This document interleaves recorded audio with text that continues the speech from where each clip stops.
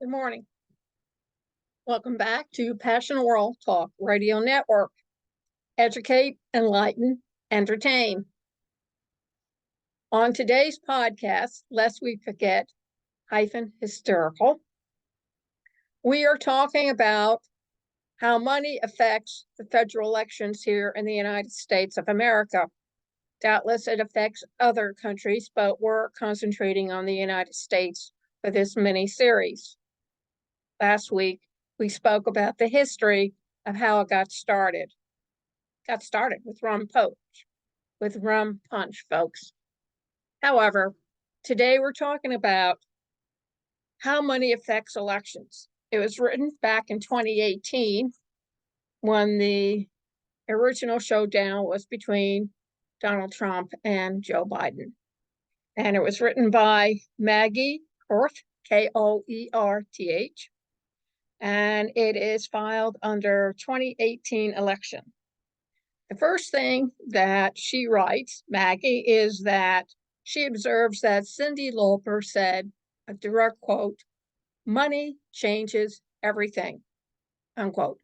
And how right Miss Lauper was, because everybody knows that money can buy you everything. No, we're not going to go into the philosophical or the psychological aspect that money can't buy you happiness, because that's not what this podcast is about.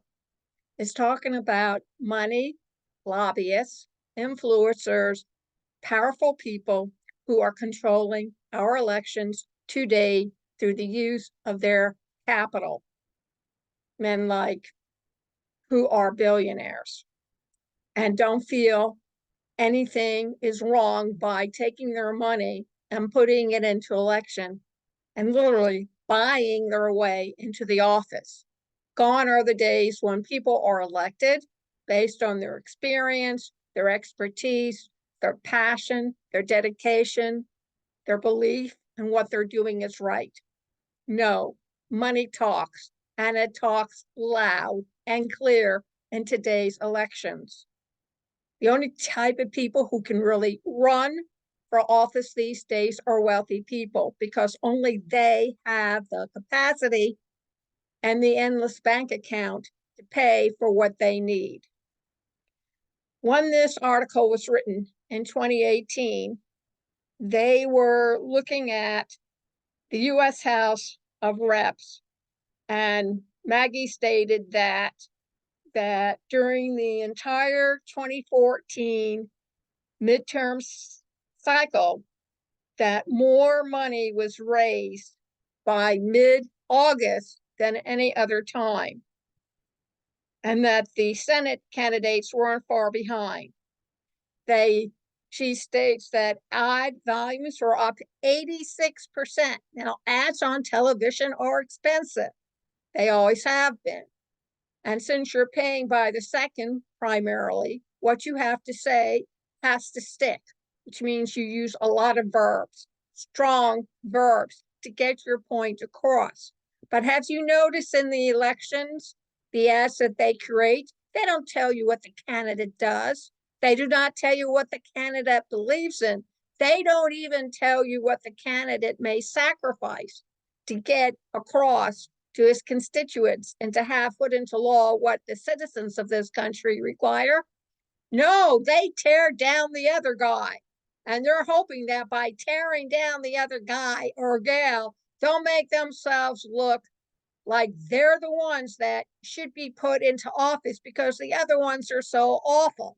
And then you go to the other side and their competition does the same thing. And it really turns me off.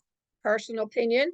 I don't know whether it turns you off. I haven't heard, but I sure would like to. So text me at 484-364-1032 if you're turned off by the ads that these candidates pour thousands of dollars into to catch your attention and attract you to their way of thinking. Like I said, they buy the election, which used to be frowned upon in the United States, but apparently no longer. And as the article continues, Maggie says, all that money is going to buy somebody an election. Political scientists, though, do say that it's not a simple one-to-one because there's also fundraising and electoral success. But if they get rid of the electorate, it doesn't matter anymore, does it? It's a moot point by that time. Then they talk about dark money flowing into political coffers and action committees from undisclosed donors. And that's up 26%. And that was in 2018. Well, it's 2024 now, folks, and I'm pretty sure those numbers have gone up. How strong is the association between campaign spending and political success? Well, for House seats, for example, more than 90% of candidates who spend the most win. So what does that tell you? From 2000 through 2016, there was only one election cycle where that wasn't true.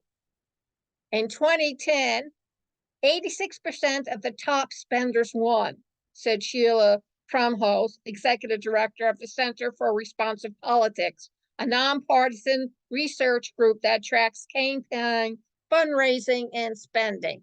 Gee, doesn't that make you feel a little bit better to know that? And it goes on to say that money is certainly strongly associated with political success. You think? I think where you have to change your thinking is that money causes winning, says Richard Lowe, professor of political science at Rutgers. I think it's more that winning attracts money. Well, I disagree. I think the more money you have, the more powerful you are. The more powerful you are, you can dictate what you want to what you don't want. Certainly, most of our presidents outside of Abraham Lincoln were quite wealthy when they sought the office of president of the United States. I think Lincoln was the first one who came below the Millionaires Club, and that was in the 1830s. So one has to wonder why, out of all of them, he's practically the only one who came in poor and not with a overseas European vacation, excuse me, not vacation, an overseas education to bolster him to be competitive with all the other big boys on the block. Certainly makes me wonder. Adam Bonisha, a professor of political science at Stanford, who manages the database on ideology, money, and politics and elections, says that's not to say money is irrelevant to winning, but decades of research suggests that money probably isn't the deciding factor. Well, yes and well, no. It just depends. But that was done in the 20th century, and we're now talking about the 21st century. Studies have shown that people who spend the most get the biggest effects, and they win.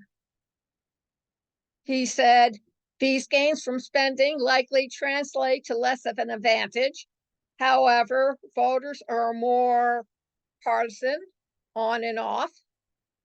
However, based on polls or knowledge of the district or just gut feeling, one candidate's more likely to win. And because of that, they give all this money to that person. Well, I think it's more than that. As subsequent trials have found, there's a lot of promises made by these candidates to their constituents as to what they receive for all the money they are given. It's called paybacks. And they put them in offices where they are not suited to take over because they neither have the experience nor the knowledge or the education to really carry it through. Or more importantly, they have their own agenda to follow.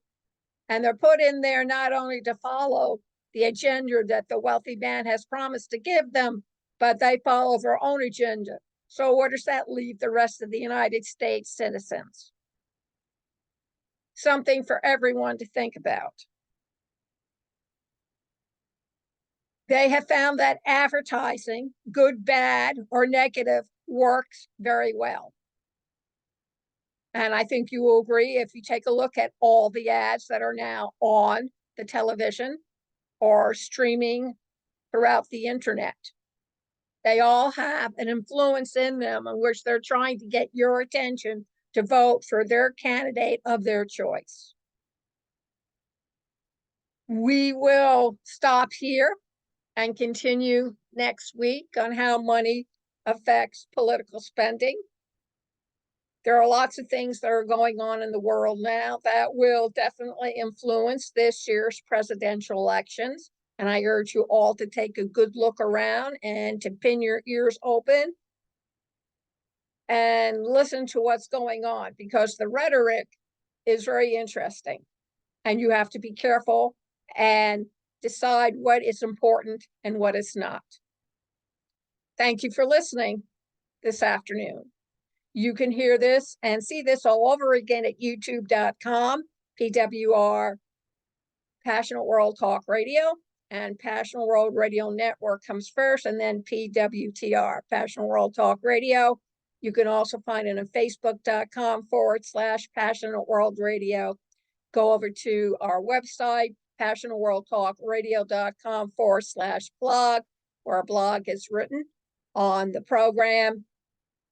She provides, our station manager, Jeannie White, provides the audio and also the video with a short synopsis of what the program is about. Thank you very much for listening today, and stay tuned for next week when we will talk about money and politics. Have a great weekend.